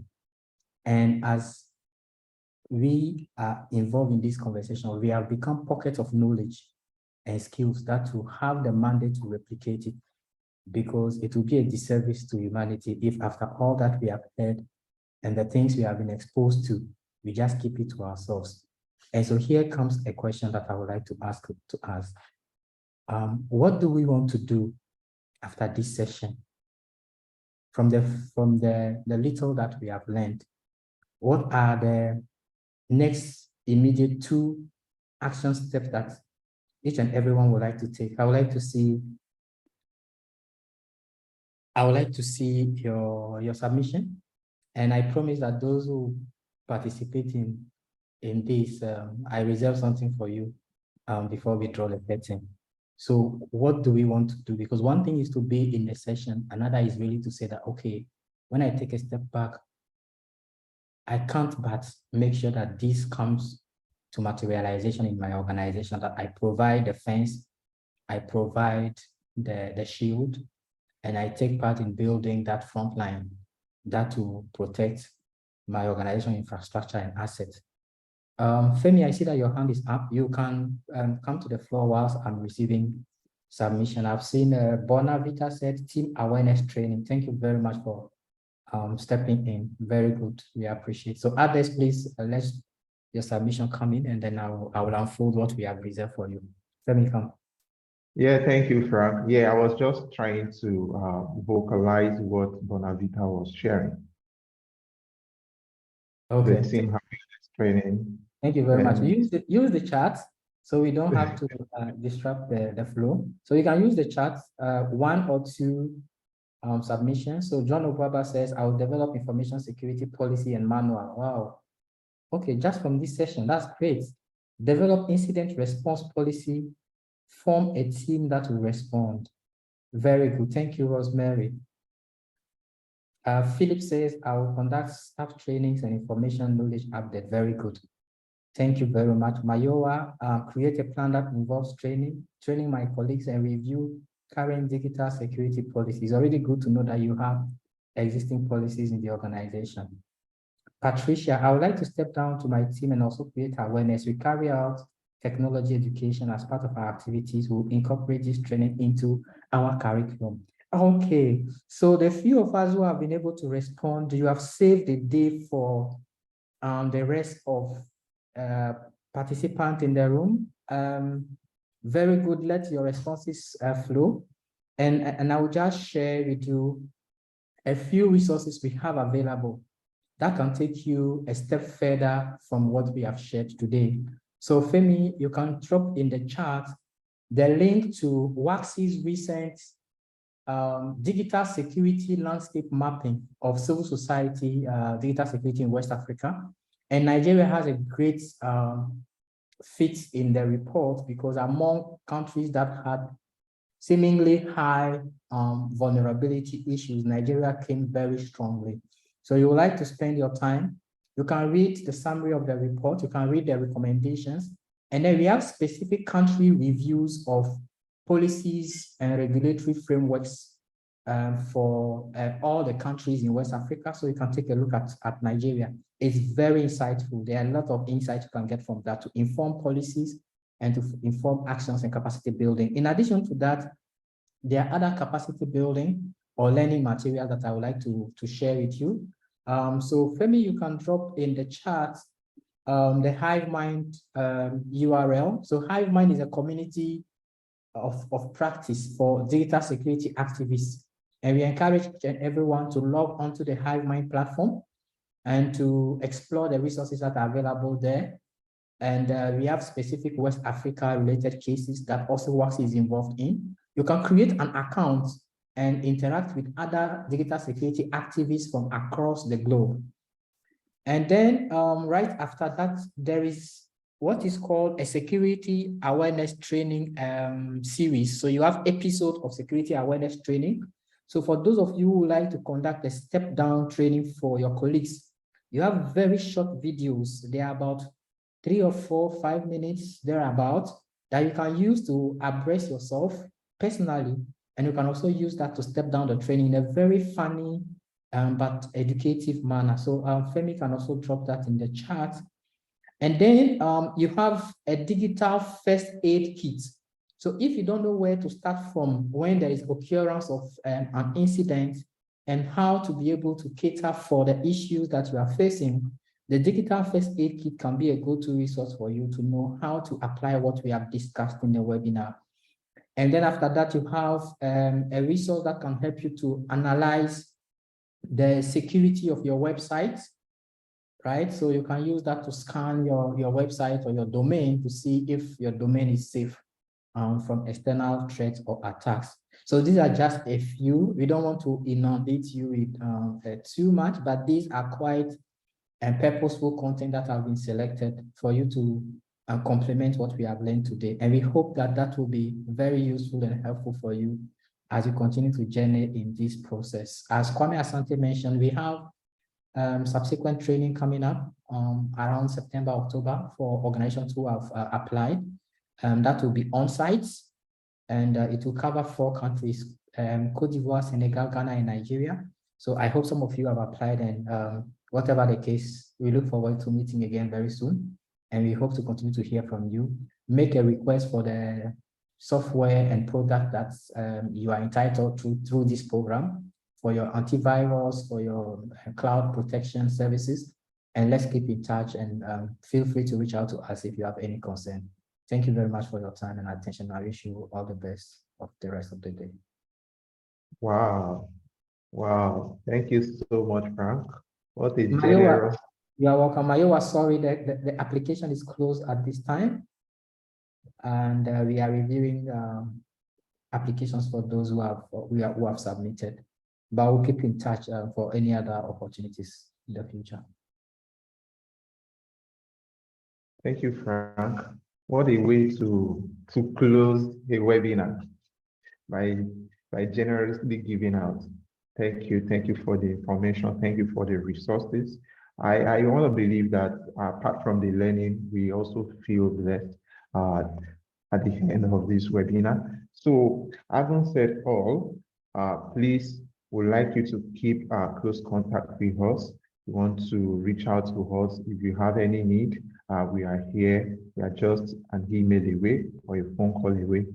Do well to reach out and knock on our door. We'll be happy to receive you. And before we go, I would also like to reiterate that please, there is a feedback form here for every one of us to fill. We really appreciate that you do fill the form. This will help us improve our processes. It will help us to look into things we can get better at. So, having said all of that, we have finally come to the end of this webinar. What a day, what a session, and what an event. Thank you for making it. Thank you for staying true. Thank you for staying around. We are so grateful you made it here. So thank you. I would do well to share the recording and the presentation slides to you very, very soon. Thank you. Please do enjoy the rest of your day and have an amazing time securing yourself, your organization digitally. All right. Bye for now. Thank you. Let's have our videos on for those who like to say bye-bye.